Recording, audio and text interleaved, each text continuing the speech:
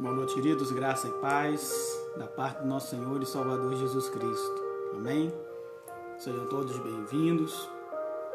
Nós estamos juntos mais uma vez, estudando a palavra do nosso Deus, a palavra do Senhor que edifica e fortalece o nosso coração.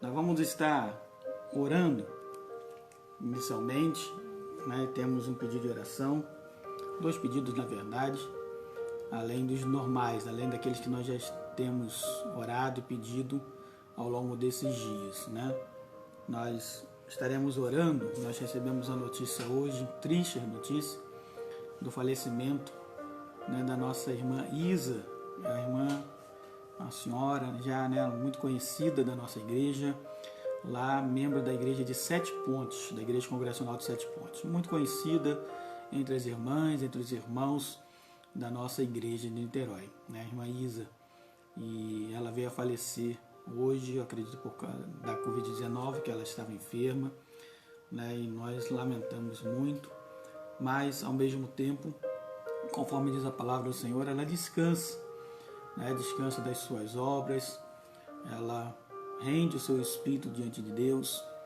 para herdar a coroa da vida. Então estaremos orando pela sua família, pela igreja de Sete Pontes, para que Deus esteja confortando, consolando os corações. Também temos um pedido de oração, nosso irmão Batista Celina, pediram oração pela Renata Cristina, a filha de um amigo, nosso irmão Batista, conhecido nosso também, do irmão Pedro.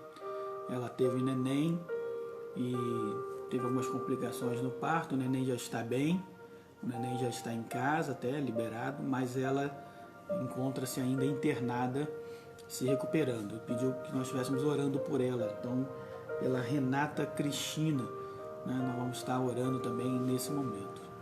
Continuar orando também pela nossa irmã Eliane, esposa do pastor Flávio Prado, ainda está acamada, internada, muito grave a sua situação. Vamos continuar pedindo e clamando ao Senhor pela sua vida. E os demais pedidos, continuar orando pelo Moisés, pelo pedido da Daiane, a nossa irmã Noemi agradeceu as orações pela sua sobrinha, que já está bem. Então nós louvamos ao Senhor pelas vitórias, pelas lutas que passamos. Então vamos orar também nesse momento, irmãos, vamos interceder. E nesse momento você também pode orar aí na sua casa, interceder por pessoas que você conhece, que precisam de oração, que pedem talvez a você que ore por elas. Então esteja orando, Vamos exercer o nosso ministério sacerdotal de interceder, pelas pessoas diante do Senhor. Vamos orar nesse momento. Senhor nosso Deus, Deus de graça, de eterna misericórdia, nós te louvamos, ó Deus, pelo teu grande amor para conosco. Te louvamos pela tua graça bendita. Te louvamos, ó Deus, porque o Senhor é aquele que tem perdoado os nossos pecados e nos amado, ó Deus, com um amor tão profundo. Ó Deus, muito obrigado. Louvado seja o teu nome, Senhor, porque nós não somos dignos, ó Deus, e ainda assim o Senhor tem derramado a sua graça bendita sobre as nossas vidas. Deus eterno, nós estamos aqui nesse momento reunidos como igreja do Senhor. A tua palavra diz: onde estiverem 2 ou 3 reunidos em teu nome, ali o Senhor se faz presente. E aqui estamos, ó Deus, nesse grupo de homens e mulheres de Deus, buscando a tua face, orando, clamando, intercedendo, ó Deus, por aqueles que muitas vezes nos pedem oração, nos pedem que oremos a favor deles. Senhor, nós queremos nesse momento interceder pela família da nossa irmã Isa, Senhor. Ó Deus, que o Senhor esteja confortando cada coração, consolando, enxugando todas as lágrimas, Senhor. Ó Deus, que o Senhor possa, ó Deus, produzir um sentimento, ó Deus, de conforto e consolação, que apenas o Teu Santo Espírito pode fazer. Ó Deus, abençoe a igreja de Sete Pontes. Ó Deus, seja também com cada membro, ó Deus, que o Senhor possa estar abençoando a vida de todos aqueles que ali estão. Deus eterno, também te pedimos nesse momento, pela filha do nosso irmão Pedro, pela Renata Cristina, Senhor, que o Senhor possa ser com ela ali naquele leito de hospital, que o Senhor possa abençoá-la, ajudá-la, Senhor, nesse processo de recuperação, ó Deus, do parto pelo qual ela passou nesse momento. Senhor, estenda as tuas mãos de bênção sobre ela, Senhor, em nome de Jesus. Nós unimos o nosso coração aos teus filhos e intercedemos nesse momento por ela, Senhor. Seu filhinho já está em casa, ó Deus, mas ela ainda se encontra no hospital. Pedimos, ó Deus, que a tua mão seja sobre ela, curando todas as enfermidades, em nome do Senhor Jesus. Deus de amor, continuamos a clamar a ti pela vida do Moisés, amigo da Daiane, ó Deus, que o Senhor possa, ó Deus, ir ao encontro, abençoar, ó Deus, suprir as suas necessidades. Assim como também o João Gabriel, ó Deus, se recuperando. Ó Deus, muito obrigado, ó Deus, por aqueles que têm sido alvo das tuas bênçãos, Senhor. Muito obrigado por tudo que tens feito e realizado. Pedimos pela nossa irmã Eliane, Senhor. Que o Senhor continue, ó Deus, a estender as tuas mãos sobre a tua filha, abençoá-la. Ó Deus, e em nome de Jesus, realizar tão somente a tua vontade para a vida dela, Senhor. Ó Deus bendito, nós queremos pedir nesse momento por cada um que está conosco, por aqueles que se achegarão também, ó Pai, e que juntos nós possamos receber a tua instrução, a sabedoria que vem do alto, que a instrução do teu Santo Espírito seja sobre cada um de nós e possamos compreender a tua bendita palavra. Assim nós choramos, agradecidos em nome do teu Filho Jesus. Amém e amém, Deus. Queridos, capítulo 2 é o alvo do nosso estudo nessa noite. Capítulo 2. E nós temos apenas duas divisões propostas, muito bem propostas até, porque são dois assuntos diferentes, que é tratado aqui nesse capítulo 2 da carta de Tiago. Então, Tiago, capítulo 2, pode abrir lá a sua Bíblia, se você ainda não fez, pega a sua caneta e vamos juntos estudar a palavra de Deus, ok? Então, nos diz assim a palavra do Senhor. A primeira parte vai dizer: não se deve fazer acepção de pessoas, né? Então, o cristianismo, irmãos, é o único segmento religioso que vai trazer a nós uma igualdade. Eu não quero entrar muito nisso hoje, porque não quero estender tanto, mas talvez outro dia a gente possa falar sobre isso, mostrar quando nós estamos religiões comparadas.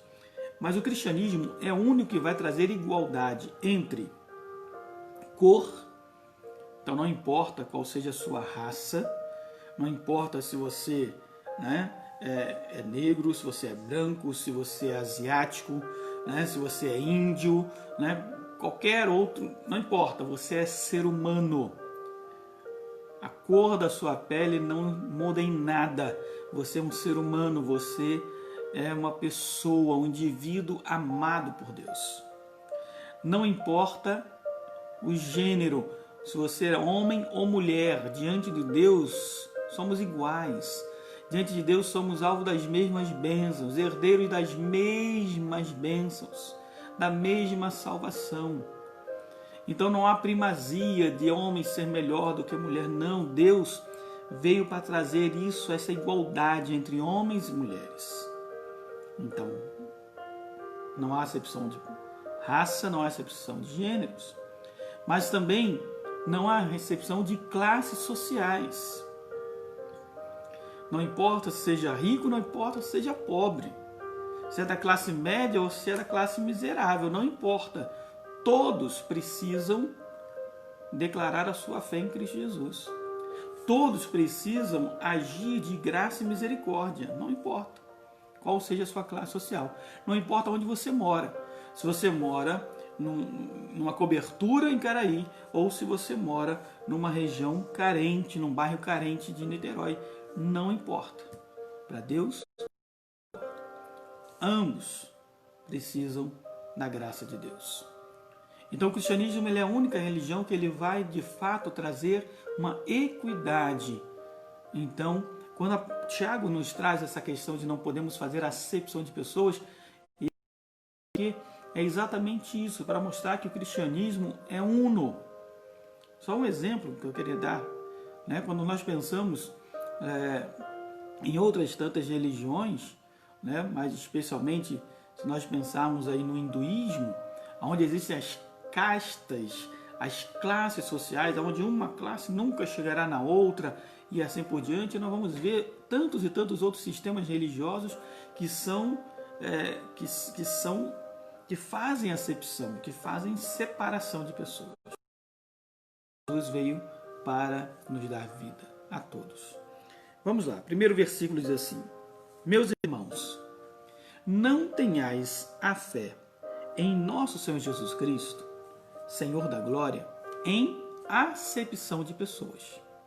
Ok? Então, no início parece que, né, não tenha fé, né? Mas não tenha fé em acepção de pessoas. Ou seja, faz de pessoas de nenhuma. Se, portanto, entrar na vossa sinagoga é o templo judaico, então por isso que Tiago escreve primeiramente, né, aos judeus, né, as 12 tribos que estão na dispersão. Então ele dá um exemplo para os judeus. Então, se portanto entrar na vossa sinagoga, na vossa igreja, algum homem com anéis de ouro nos dedos, em traje de luxo, e entrar também algum pobre andrajoso, né, miserável, né, mal cheiroso, e tratardes com deferência, ou seja, com privilégio, o que tem os trajes de luxo, e lhe disserdes: tu, assenta-te aqui em lugar de honra. E disseres ao pobre: tu fica ali em pé, ou então aqui embaixo, por estrado dos meus pés. Então veja, já houve acepção de pessoas. Diferença. Porque um está bem vestido, você coloca em lugar de honra, mas o outro está mal vestido, mal cheiroso, você o afasta. Então, irmãos, nós temos que tomar muito cuidado com isso, muito cuidado. Nós não devemos de maneira nenhuma julgar as pessoas pela aparência, de maneira nenhuma. Nós devemos entender que Deus se manifesta de várias maneiras. E muitas vezes Deus envia pessoas simples a nós para nos colocar à prova. Para nos colocar à prova. Deus coloca pessoas, às vezes vai ser um pobre andrajoso, vai ser um mendigo. E Deus, na verdade, está colocando você à prova. Para saber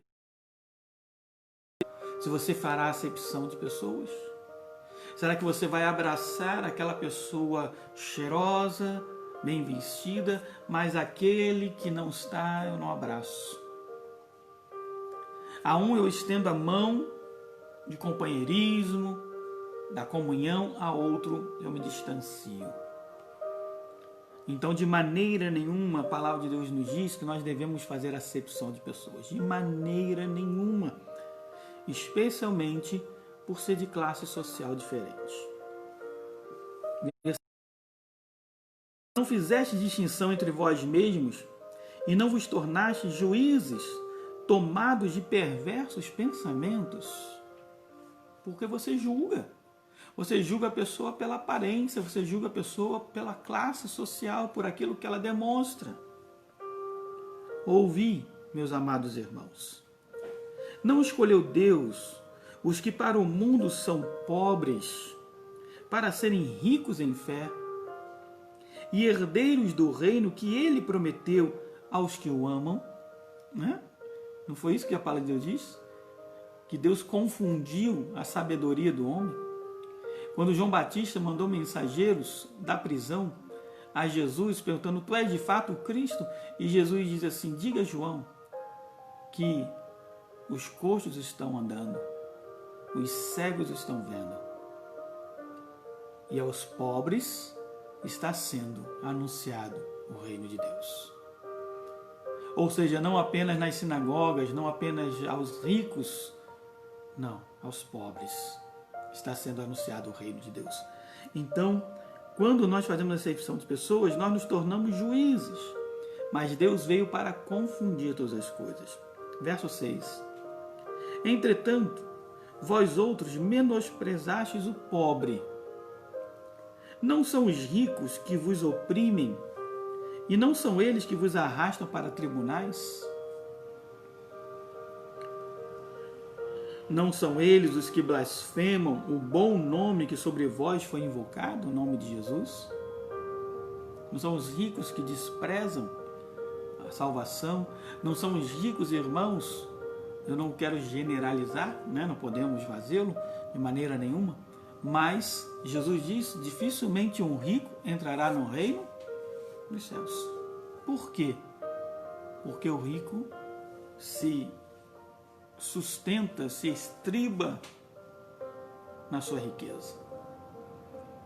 E na sua riqueza se torna altivo, orgulhoso, soberbo e acha que não precisa da graça de Deus. Veja, não quero generalizar, mas existem ricos salvos? Sim, com certeza.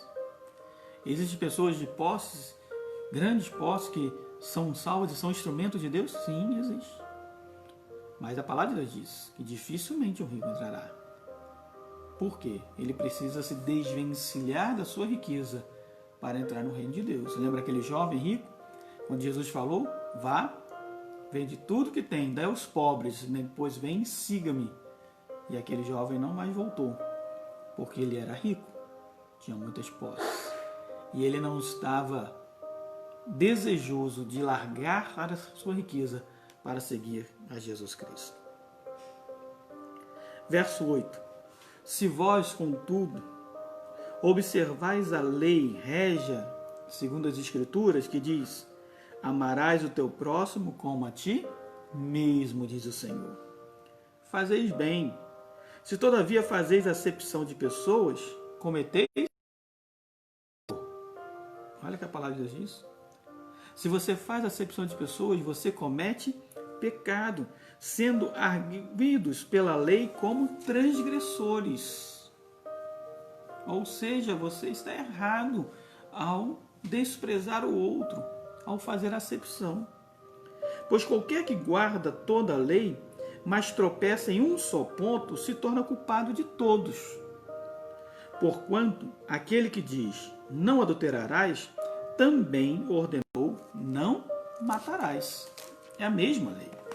Ora, se não adulteras, porém matas, vens a ser transgressor da lei. Não importa, eu cumpri tudo, mas caí em uma. Caiu sobre toda. Falar de tal maneira, e de tal maneira procedei, como aqueles que hão de ser julgados pela lei da liberdade, pela lei da graça. Então, se você fala e prega dessa maneira, viva dessa maneira. Versículo 13, eu gostaria que você sublinhasse. Pegue a sua caneta e sublinhe esse versículo 13, marque. Ele diz assim, olha, porque o juízo é sem misericórdia para com aquele que não usou de misericórdia. A misericórdia triunfa sobre o juízo. Então eu vou ler novamente, preste atenção. O juízo é sem misericórdia para com aquele que não usou de misericórdia. Então, irmãos, por isso de maneira nenhuma nós devemos nos colocar como juízes do outro. Antes devemos ter misericórdia de quem quer que seja, para que também a misericórdia nos alcance, porque nós não somos perfeitos. Há um ditado popular que diz, quem tem telhado de vidro não atira pedra, porque você vai receber pedrada também. E é isso. Ou seja, eu tenho que agir de misericórdia com o outro para que também eu seja alcançado por essa misericórdia. Se eu sou duro, se eu sou injusto, se eu sou ríspido, é assim que eu serei tratado. A partir do versículo 14 até o verso 26, Tiago vai nos falar a respeito da fé e obras, que é o ponto central.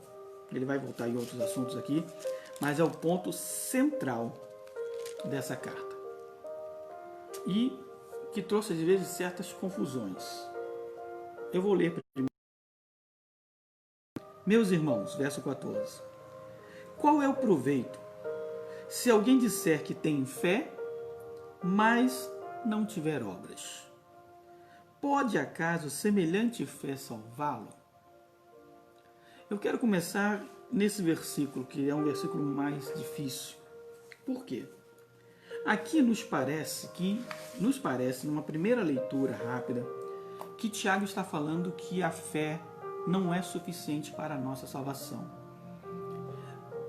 E aí, isso entra em confronto com o que está descrito, se você quiser abrir a sua Bíblia comigo, lá em Efésios capítulo 2, que nós já estudamos Efésios, mas abra lá sua Bíblia em Efésios capítulo 2, do versículo 8 ao versículo 10, Paulo vai dizer assim, olha, porque pela graça sois salvos, mediante a fé.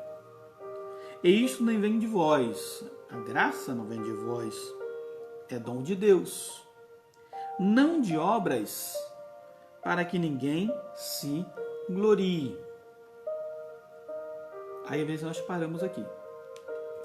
Então nós paramos nesse texto e aí ficamos assim, olha, então a salvação é pela fé.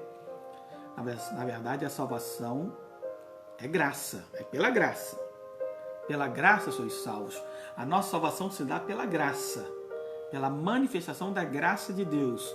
E o que é graça? Graça é João 3,16, porque Deus amou o mundo de tal maneira que deu seu Filho unigênito, para que todo aquele que nele crê não pereça, mas tenha vida eterna. Isso é graça, ok? Então a graça é o amor de Deus, a manifestação do amor de Deus por nós. Então, agora, como eu alcanço essa graça? Como eu chego a ela? Através da fé. Porque sem fé é impossível agradar a Deus. Sem fé eu não creio em Deus, eu não creio em Jesus Cristo como Filho de Deus, eu não creio que Jesus Cristo morreu e ressuscitou por mim. Sem fé é impossível.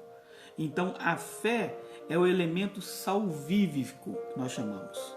Fé salvífica, ou seja, a fé para a salvação.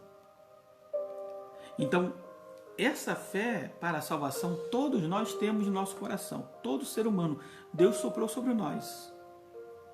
Nós temos, não a usamos. Alguns usam, outros não. Mas todos nós temos fé. Mas nós precisamos depositar a nossa fé aonde? Em Jesus.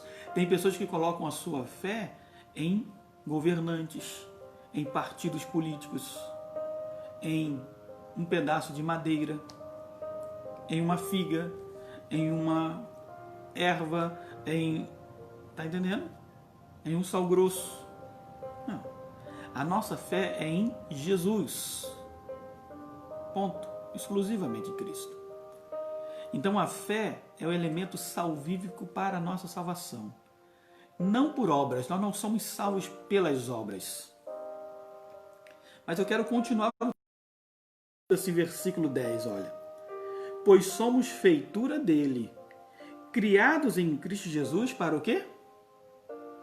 Para as boas obras, as quais Deus de antemão preparou para que andássemos nelas. Então preste atenção, há confronto entre Paulo e Tiago? Não, de maneira nenhuma. Paulo diz, olha, nós somos salvos pela fé para fazermos as obras. Você está entendendo? É o que está no texto. Salvos pela fé, pela graça através da fé, para realizarmos as boas obras de Deus. E o que Tiago nos diz? Tiago vai nos dizer, olha, o que adianta você falar que tem ou que tem fé, mas não tem obras?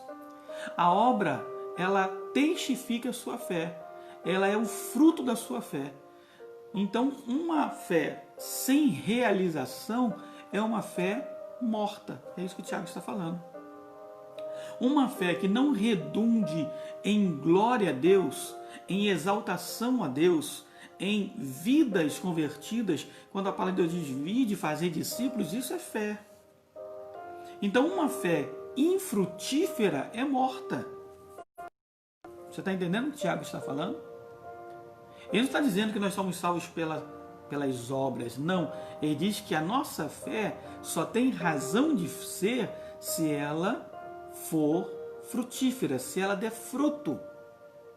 E que fruto? O fruto são as realizações, são as obras que nós vamos realizar. Então preste atenção no que ele diz. Versículo 15. Se um irmão ou uma irmã e estiverem carecidos, necessitados de roupa ou do alimento cotidiano, e nós estamos vivendo esse tempo, irmãos, preste atenção nesse texto, nós estamos vivendo isso. Pessoas à nossa volta estão carecendo. E qualquer dentre vós lhe disser, ide em paz, aquecei-vos e fartai-vos, sem contudo lhes dar o necessário para o corpo, qual é o proveito disso? Isso é amar o próximo? Claro que não. Como que você ama? Amor, irmãos, eu já tenho falado isso na igreja várias vezes, talvez você não tenha me ouvido, mas eu quero que você entenda isso. Amor, no contexto bíblico, não tem nada a ver com palavras. É muito fácil dizer, eu amo você, meu irmão, eu amo você, fulano, eu amo você, mas na hora de fazermos algo por aquela pessoa, nós nos furtamos. Amor, no contexto bíblico, não tem nada a ver com palavra, tem a ver com ação. Amor é verbo, amar. O verbo amar, verbo é ação. Eu demonstro amor pelas pessoas. Como eu demonstro amor? Ajudando o necessitado, dando alimento, dando roupas, obras para a glória de Deus, não para que eu seja exaltado, não para que as pessoas batam palma para mim, não, para que Deus seja exaltado. Eu faço isso porque Deus, através do seu Santo Espírito, me chama a realizar. Então isso é obra através da minha fé. Você está entendendo isso? Então a ação de amor nós vamos realizar através da fé em Cristo. Versículo 17. Assim, também a fé, se não tiver obras, por si só está morta. É uma fé infrutífera. Ou seja, é como a parábola que Jesus falou do agricultor. O galho que não dá fruto, ele vai lá e poda. É infrutífero. Então, uma fé operosa, irmãos, é uma fé que gera frutos para o Senhor.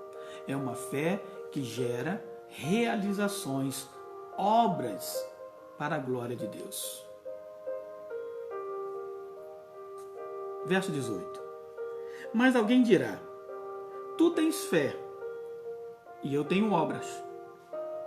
Mostra-me essa tua fé sem as obras, e eu com as obras te mostrarei a minha fé. Crês tu que Deus é um só? Fazes bem, até os demônios creem e tremem. Então no versículo 18 ele diz, não adianta você dizer, eu tenho obra, e o outro diz, eu tenho fé. Vamos unir os dois? Não, não tem jeito. Eu tenho que, através da minha fé, realizar as boas obras que Deus preparou para mim antes da fundação do mundo. Você tem que realizar as obras que Deus te chamou a fazer. Não é obra que você quer fazer, é obras que Deus te chamou a realizar. Abençoar as pessoas, amar o próximo, fazer o bem, transmitir as verdades bíblicas a alguém, fazer discípulos. Tudo isso são obras, irmãos. Por isso que nós não podemos nos contentar numa vida cristã, onde eu saio da minha casa, vou para a igreja, sento no banco, louvo, dou meu dízimo, dou minha oferta, ouço a palavra e volto para casa e continuo ali, sem frutificar. Então eu sou chamado, cada um de nós somos chamados a sermos homens e mulheres de Deus, a sermos cristãos que gerem frutos para o Senhor, que gerem obras através da nossa fé, irmãos. Então isso é realização. Eu quero citar um exemplo que nós não temos feito por causa dessa pandemia, mas sinto muita falta, que é a distribuição das quentinhas que nós realizamos como igreja de Niterói ali no centro. São 100 quentinhas, 120 quentinhas, quinzenalmente, que nós distribuímos. Muitas vezes é cansativo, é verdade. as irmãs que preparam, vão para lá para cozinhar, para comprar o alimento, os irmãos que vão para a rua. E às vezes nós nos perguntamos, será que isso está gerando fruto? Será que alguém está sendo salvo por isso? Que nossa fé realiza. O que Deus fará, é Ele que faz, não somos nós. Eu e você fomos chamados a fazer, a realizar, a amar as pessoas, a dar o alimento, a socorrer o necessitado. O que Deus fará com isso, nós não temos a consciência. Não temos a consciência. Então nós não podemos deixar de fazer o bem, de maneira nenhuma. Não podemos deixar de realizar as obras através da nossa fé no Senhor Jesus Cristo. E aí no versículo 19 ele diz isso. Crês tu que Deus é um só?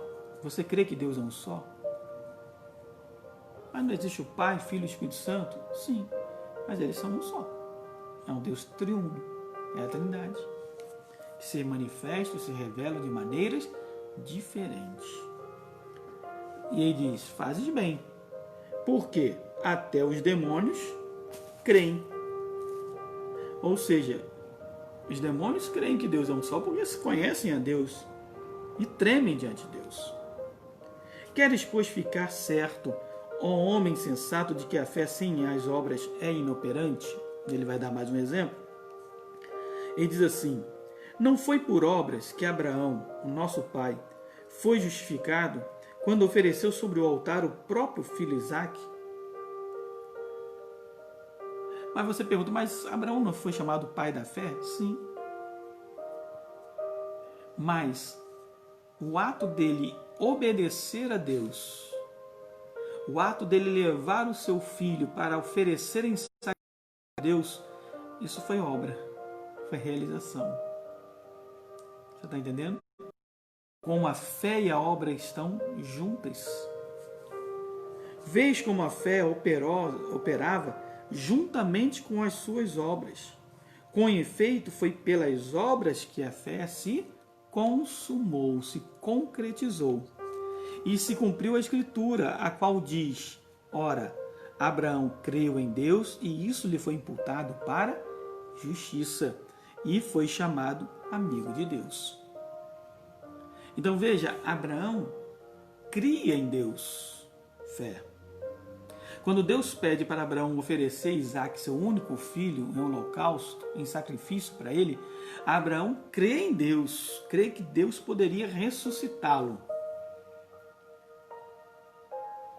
Mas Abraão precisou realizar algo, ele precisou fazer, ele precisou ter ação, ele teve que obedecer, ele teve que levar Isaque, ele teve que ofertar Isaque, preparar Isaque, preparando para matá-lo. Quando Deus diz, não faça isso que agora eu vejo que você me ama.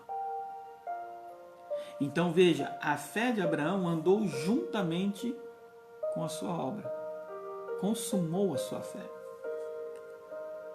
E Abraão foi chamado amigo de Deus. Verso 24. Verificais como uma pessoa é justificada por obras e não por fé somente. De igual modo, não foi também justificada por obras a meretriz Raabe, e aí ele dá um segundo exemplo, quando acolheu os emissários e os fez partir por outro caminho? Então, a ação de Raabe de proteger os espias, crendo em Deus, foi necessário para justificá-la e salvá-la. Porque assim como o corpo sem espírito é morto, assim também a fé sem obras é morta. Sublinha esse verso também. Versículo 26. Porque assim como o corpo sem espírito é morto, não é verdade? Assim também a fé sem obras é morta. Um corpo sem espírito, ele já morreu. A máquina pode estar pulsando, pode estar batendo, mas se o espírito não tiver, não há vida mais. E assim é a fé. A fé sem obras é morta. Amém, irmãos? Compreendemos isso? Vamos fazer um resumo para nós finalizarmos. Capítulo 2. Primeira parte, não devemos fazer acepção de pessoas de maneira nenhuma, nem de classe social, e aí dá o exemplo do rico e pobre, nem de gênero, se é homem, se é mulher, nem de povo, de cor, de raça, de nada. Porque Deus nos fez ser humanos e como tais nos amou. Nós devemos amar o nosso próximo como a nós mesmos. Então aquele que faz acepção de pessoas comete pecado. Ok? E nós devemos ter cuidado. Por quê? Porque o juízo é sem misericórdia para com aquele que não usou de misericórdia. Então nós devemos agir com misericórdia com as pessoas, para que também eles ajam de misericórdia conosco. A segunda parte é sobre a fé. A fé sem obras é morta. Então nós vimos isso, né? Que se uma pessoa estiver carecendo de alguma coisa e nós apenas dizer, olha, eu vou orar por você, mas não estender a mão para ajudar, isso é nulo. Nós oramos, intercedemos, mas também ajudamos. Ação. Assim também a fé, se não tiver obras por si só, está morta. Né? E alguém diz, mostra-me a tua fé e eu mostrarei a tua obra? Não. Tem que entender que a minha fé resulta em obras diante do Senhor. Se não for assim, a minha fé não tem valor algum. Ele dá o exemplo de Abraão, que ao oferecer o seu filho Isaque, isso foi uma demonstração de fé através das obras. E também de Raabe, que ao proteger os espias, também realizou obras crendo em Deus. Porque assim como o corpo sem espírito é morto, assim também a fé sem obras é morta. Então que nós possamos compreender, irmãos, que a nossa fé no Senhor tem que gerar obras diante dele. Temos que gerar frutos de justiça, frutos para a glória de Deus. Temos que realizar. A nossa fé precisa realizar obras para o Senhor. Entende isso? A nossa fé salvífica, nós somos salvos pela graça. Ao crermos em Jesus Cristo, e uma vez salvos, nós somos salvos para servir a Ele. Somos salvos para andarmos nas boas obras, conforme Paulo disse lá em Efésios.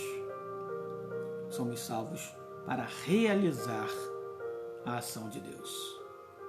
Então que nós, irmãos, sejamos mãos e boca de Deus. Boca para falar da parte de Deus e mãos para abençoarmos as pessoas como Deus deseja abençoar.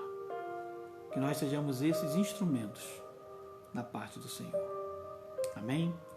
Vamos orar nesse momento. Lembrando que daqui a pouquinho, 19 horas, nós temos o nosso culto. O pastor Renato estará conosco, nossa Messidineia. Estaremos louvando, adorando ao nosso Deus, nos preparando para o culto. Ok? Vamos orar. Senhor, graças te damos. Obrigado, Deus. Obrigado por podermos caminhar na tua presença. Obrigado que pela fé conhecemos a Jesus Cristo como o Senhor da nossa vida. E uma vez salvos, ó Pai, nós somos chamados a andar em novidade de vida, a realizar obras para a glória do Teu nome. Ajuda-nos, ó Deus, como homens e mulheres que somos, falhos, pecadores, mas carentes de Ti. Ajuda-nos, ó Deus, a realizarmos as boas obras que o Senhor preparou para cada um de nós. Dá-nos oportunidade, ó Deus, de sermos bênção na vida das pessoas. Dá-nos oportunidade, dia após dia, a cumprir e a fazer a Tua vontade. Abençoa, Senhor, os pedidos que já colocamos diante de Ti. Visita os enfermos, Senhor. Cura-os para a honra e glória do Teu nome. E abençoa a nossa nação. É a oração que nós fazemos, Deus de amor, agradecidos por tudo, em nome do Teu Filho amado Jesus. Amém e amém. Que Deus te abençoe e te guarde, queridos irmãos. Que Deus levante sobre ti o seu rosto e vos dê a sua paz. É a nossa oração. Amém? 19 horas, daqui a pouquinho, estaremos juntos, ok? Cultuando ao nosso Deus. Um grande abraço a todos. E amanhã às 18 horas, capítulo 3.